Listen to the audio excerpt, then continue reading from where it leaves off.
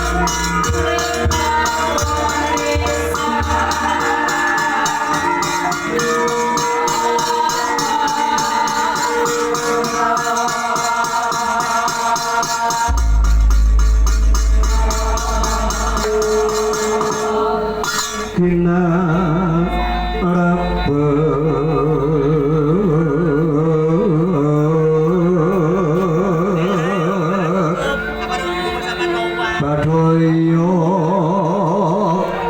iwanan nira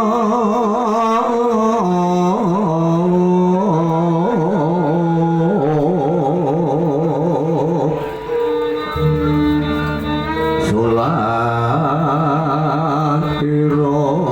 wingit lir absarimu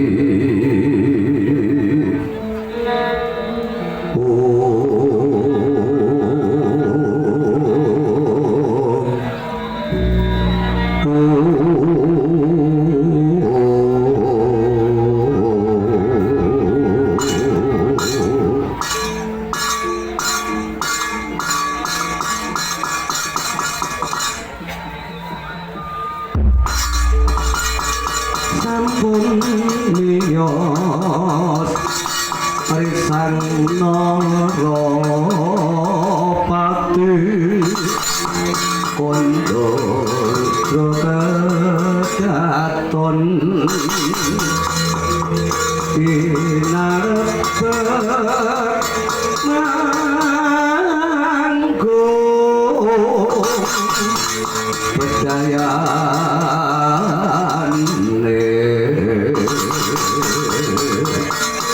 samyo nampil pacaraning ati banyak jalan sawu galeng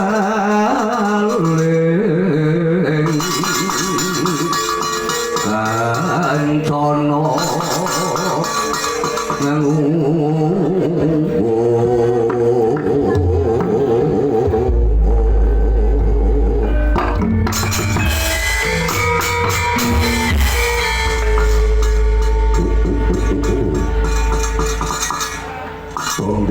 lan kula Mas Pati Raja Dewaku sinuwun anak Mas Prabu Bumanaraka Sura jembleng sarendeng gumun setahun ora usih manah kula mrika lugunipun mapan wonten salebeting agung Pasuwakan Agung Negari Traju Tresna Kapurnata Paduka lenggah mapan ing dampar benta pinaripit kencana ngadhepaken para nayaka praja ingkang sanisi boy ngarsa paduka nanging pun paduka boten kersa paring dawuh najanta namung saklemah Rai kula titip reksa saenggo cemeng wadana tepung limba paduka dalah kados dene paduka Kanjeng Sinuhun anak Prabu Buma menika nedheng nandhan Sungkawa. Lo yen wonten petuk monggo dipun wetan sesarengan ana embut monggo dipun rembag bebarengan Gusti.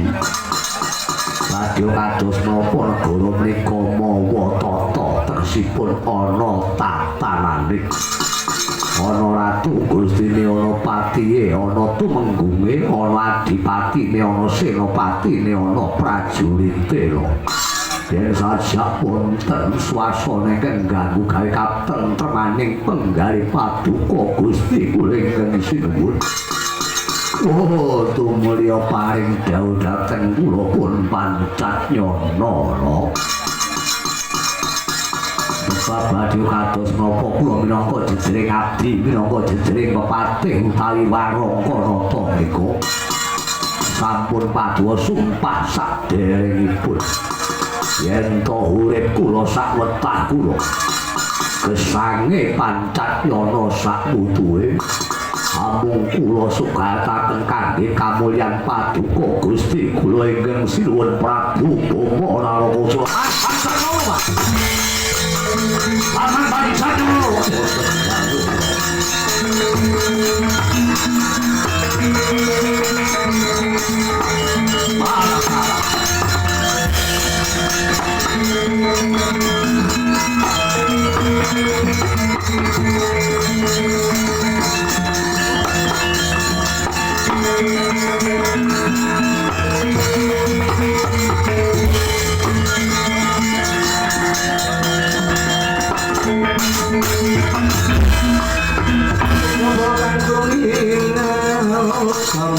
Samyo medali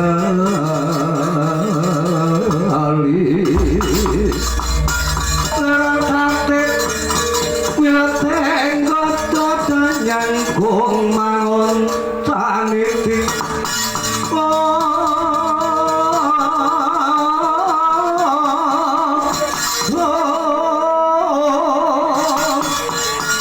linjang sangati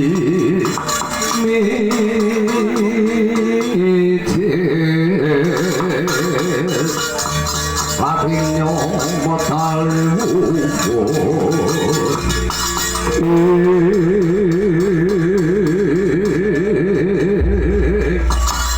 kalah jagat dewa Bathara jagat pengestunggara Dewan sukma mangat dinwe mugi mayungana panjenenganing sun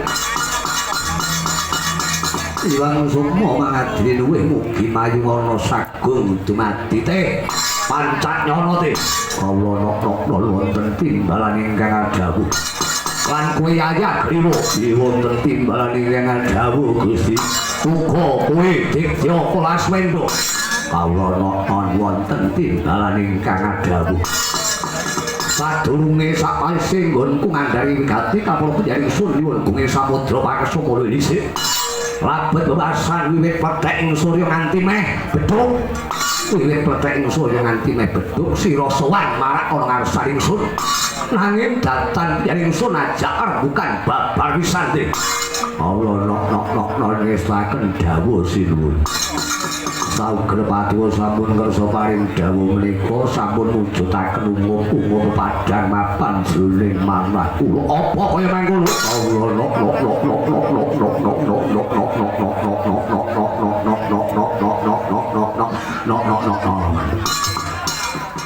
kuwi kok kanok kuwi iki ilat tuwa niku nggih ngeten iki kacek kula ring niku kaya angel mune kawula nok-nok mboten kok ilate kok munyer terus kedher terus mune kawula nok aja kucek mboten niku kasunyatan wong tuwa niki kaya ngeten iki kula niku mangan cangge niku kaya bal-balan ning jero lambe niku ngiwa nengen Lajeng kula kletak wong siung kula niku mlethek kabeh. Piye, lajeng kados pundi sirune Pancatnyana? Ora ana kang tak embuk, ora ana kang tak gagas, ora ana kang sun penggalih. Yen mung kapur nyata pancen sing diarani negara Tradu Tresna utawa Surata kene iki.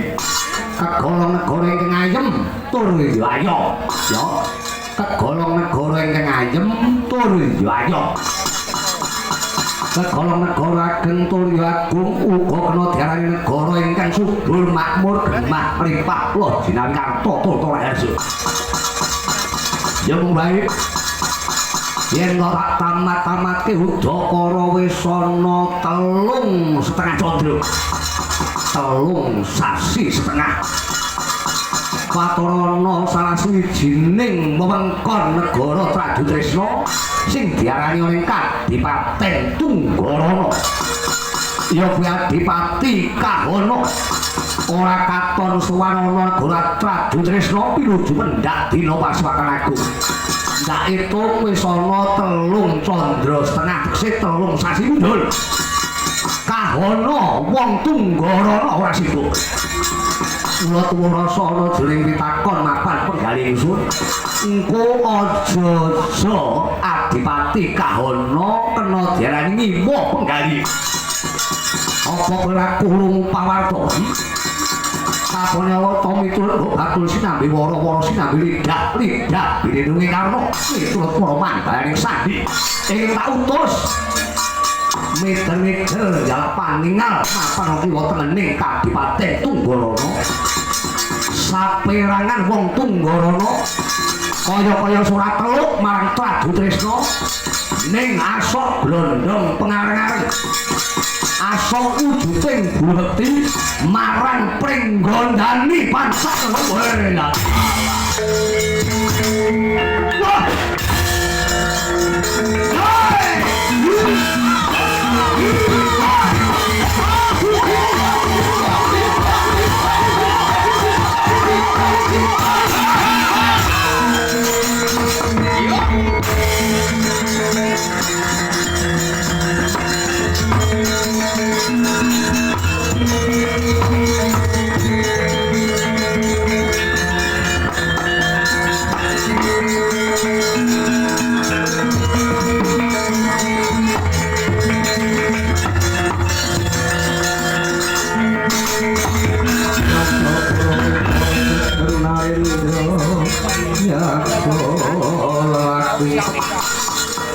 Kamal walyong ingkang gambira marang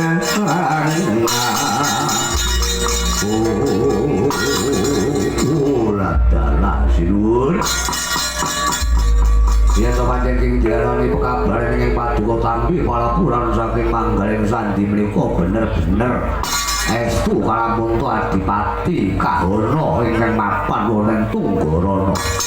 Kok ngantos ningerke blatik kok nganti ora teluk marang pepodo Paduka Ratu Trajutresna malah malik paningale lah kok asok glondong pengareng-areng marang wong pringgondani. Niki krinikan dadi grojokan. Wasan kaya dene wong Tunggarana kae gawe lelakon kaya dene emprit ingkang abebuntun bedhug. Wong Trajutresna boten badhe mendel kewala. Malah kepara nyata ampun ngantos Paduka Gusti Kulenggeng Mesir ingkang tumandang kawula. Paduka cekak lenggah ingkang prayoga wonten ing gampar rencana Trajutresna. Apura dinten samangke kula ingkang badhe nitih preksa. Kula purkane wonten Kadipaten utawa mapan ing Tunggarana. Kula panggiyane Adipati Kahana. Yen to pakarti Paduka menika tohe dawuh Paduka menika sisih tegese kabar namung kabar kabur. Kahana isih teluk dhateng Paduka kula larakaken ing ngarsa Paduka supaya sok bulbekti glondong pengareng-areng. Ing sok wangsulipun kula nyuwun purba wasesa. Yen landi kapanyata Adipati Kahana wong Tunggarana merang kampung Jingga Balela madhukuk makutha waton bondan tanpa ratu. Kula nyuniti parilah. Kula grak-grake limpane wong Tunggarana.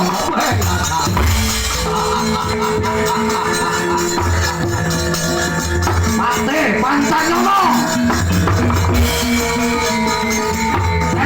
Giliran wong Trajutresna aja nganti taksat Tunggarana wani nyepal saka tataran.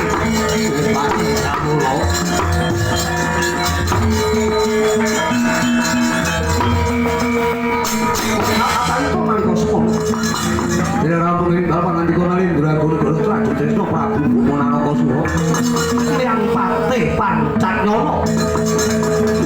wanginan dening abang trong idu dening asap dadu saru gering jopo saru gegering jawi Mikan tinggal Binaturata Patih Negara Tunggarana iki menika kapon-kapon nggih Ditya Kala Sumberkaton sowan marang mapan kersane Sang Prabu Upadrasula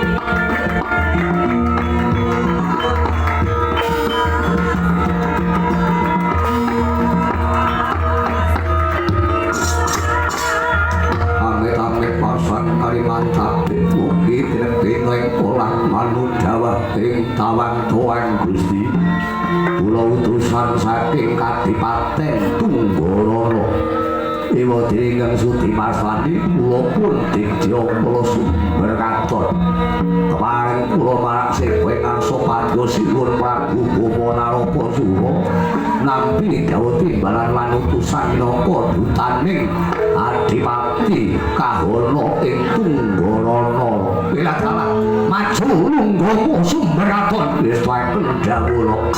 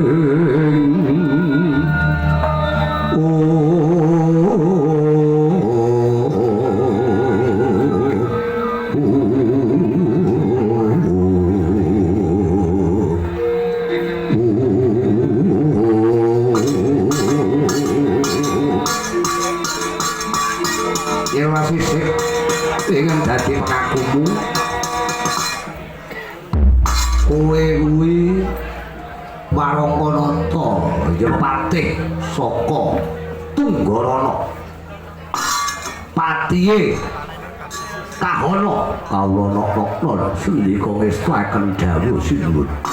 Ora becik pratamu mapan saling usul. Sapa jenengmu? Nami kula Sumberkaton. Oh iya jenengmu kaya jenenge Nyumber ngono.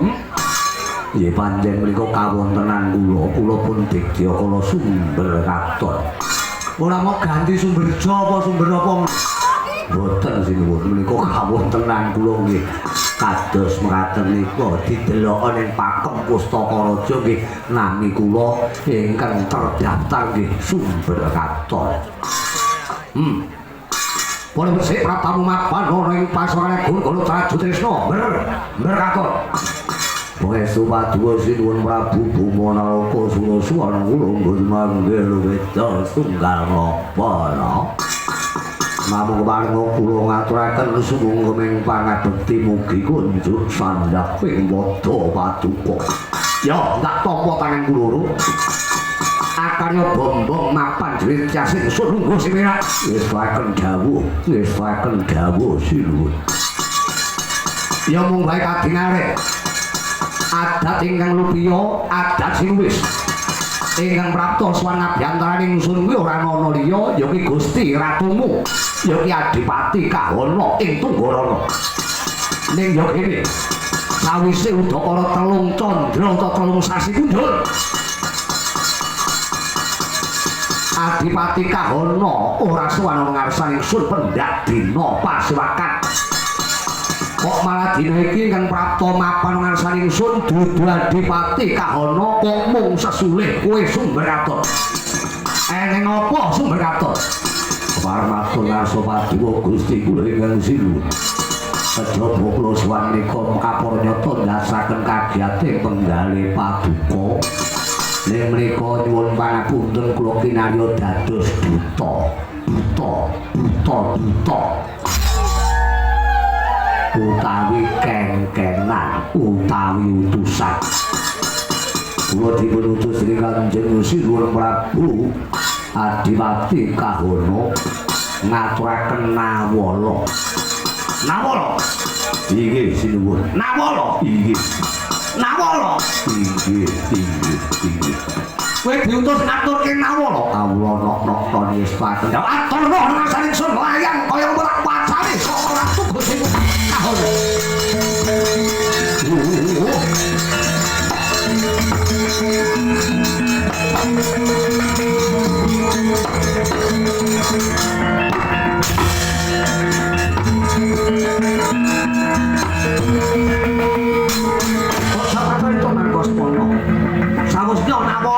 Kintaka utawa Dlancang dipun aturaken dening Sang Rekyana Patih utawa Digyakala sumber katon marang Prabu Bumanaraka. Ya kawaos dening Prabu Boma jebul isining nawala utawa surasaning layang. Adipati Kahana ing Tunggarana nyuwun dipalilah ana ngersani Prabu Bumanaraka Sura.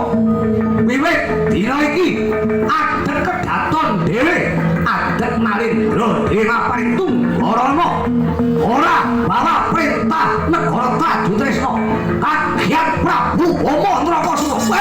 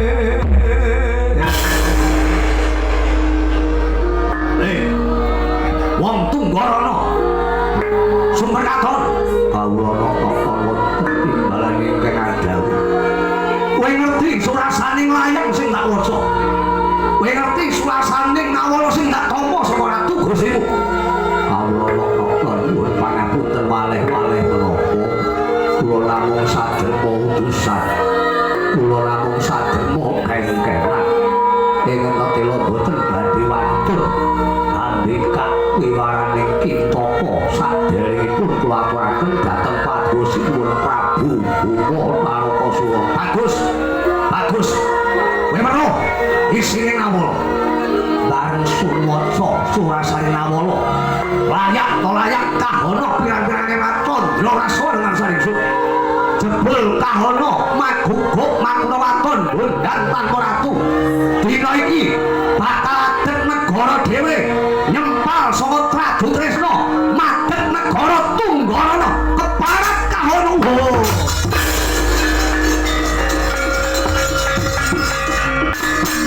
Ayo Subrakaton, kowe buta tuwek. Apa nyata dadi utusan ngolah-olah kaya kebo. Kowe ngerti pangkatane Kahana? Nuwun pangapunten. Kula namung dapur dadi utusan. Kula niku dadi utusan nggih namung dipun kengken ngaten kemawon. Upami wonten Surasari Nawala ingkang beneh kaliyan pengangenan paduka panyokro bawa paduka kula nyuwun pangapunten. Kula namung kengkenan. Nanging yen to paduka duka dhateng Ratu Gusti kula inggih menika Adipati Kahana ingkang badhe adhet yasa negara jejuluk Prabu Kahana. Kula dadi patih dadi utusan sinebut duta ngrampungi pandanganipun wantun apa maneh petengane kowe landapan cakal patih buta tuwa iki. Bojang kaji.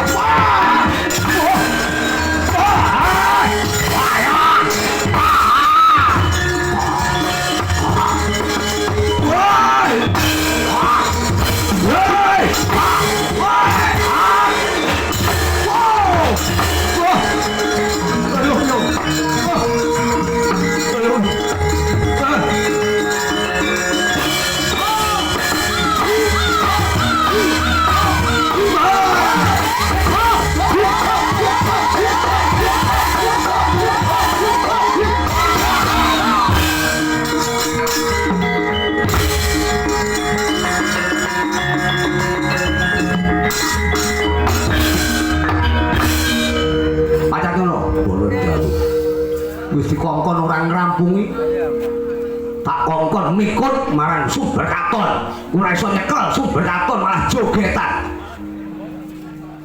apik ngono kuwi dikongkon orang ngrampungi malah joget-joget iki kowe ngino marang Bima Narakasura lho kula latah kula joget iki pun gawane buta pun ngoten niku gawan buta. Kula tahu wong buta mboten karo prajurit-prajurit niki kula joget iki lho mboten enten sisen enggak. Ning bareng kula beto prajurit Tradu Tresna niki bayo yayah griwa demung. Ancak ugra. Nawon. Kula lencem. Kowe iki yo nyeni nggih kula buta nyeni. Nek kepepet kula ngemse nggih saged.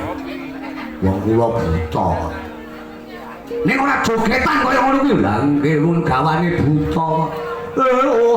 Ngoten niku nggih mentel nek mboten wong Tradu Tresna. Mila kula nyuwun pangapunten kula jan sewengi pucet kula ta. Ning mboten napa-napa kaya. Bagian yo urung tau gathuk nek gathuk kerek ngoten lak ya malah iso setelan. Keren beahmu lah terus wong Tradu Tresna kok kapake. Iki tetep kula upeni to kaya. Nggih, lajeng kados pundi menika Subrakaton kula pikut mboten kenging. Aja kaya bocah cilik, iki wong balela, iki wong nungkak krama marang Prabu Bima Narakasura. Mumpul ngadoh playune wujuding Subrakaton, pikuten mapaning Tradu Tresna. Oh, la la. Nanging kadung mangkung awas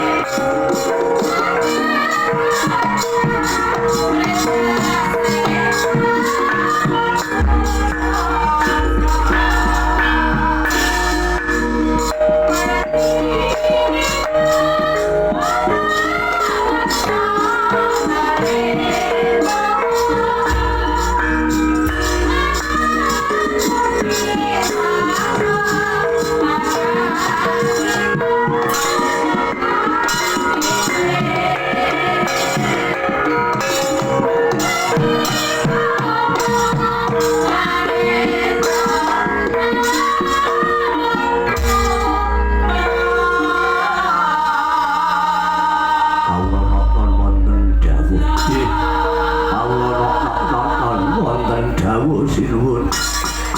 Ora perlu tak ambali maneh rembukan mapan pasukan agung. Mestine gobokmu krungu dhewe. Iki. Paramanda wong Tunggarana. Wong Tunggarana dina iki maguguk makuta waton bundang tanpa ratu. Baela marang Bomandra Kesura. Iki. Kapanyata miturut katrangan sing tak tampa miturut wujuding pekabaran saka Manggaring Sandi. Ngayo sandhap kepadane wong pring gondane andane Gatut Kaca Parak. Pekabaran wis agi gawang-gawang mapane pangangenanku iya apa tenan. Ning nyatane kapanyata bareng sumber katon prapta ngaturke nawala surasane Kahana bakal adek raja. Rumangsane kok adek raja wis gedhe ndase apa piye Kahana. Ing atase mung adipati adek raja ki wis koclok apa piye Kahana iki. Iya. Wis tepung Kahana dereng namung midhanget naminipun kemawon. Ulang taun ing Tunggarana dereng namung midhanget naminipun kemawon. Adipati Kahana kuwi tetunggule wong Tunggarana kula ngertos.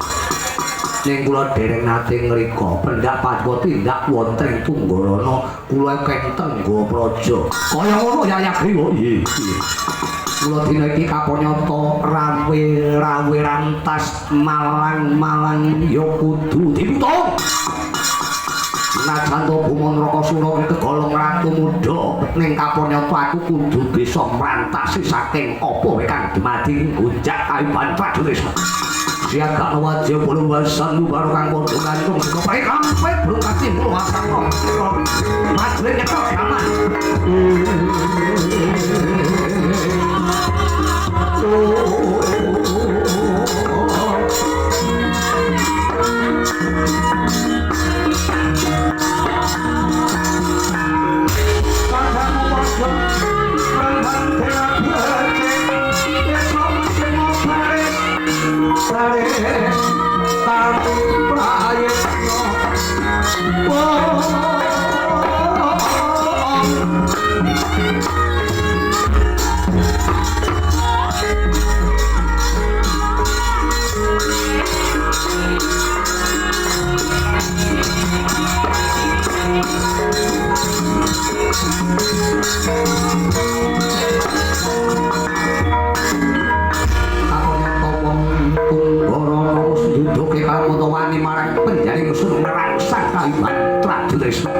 Iki dina aja nganti wong Pradutresna ketok jerih getih wedi mati.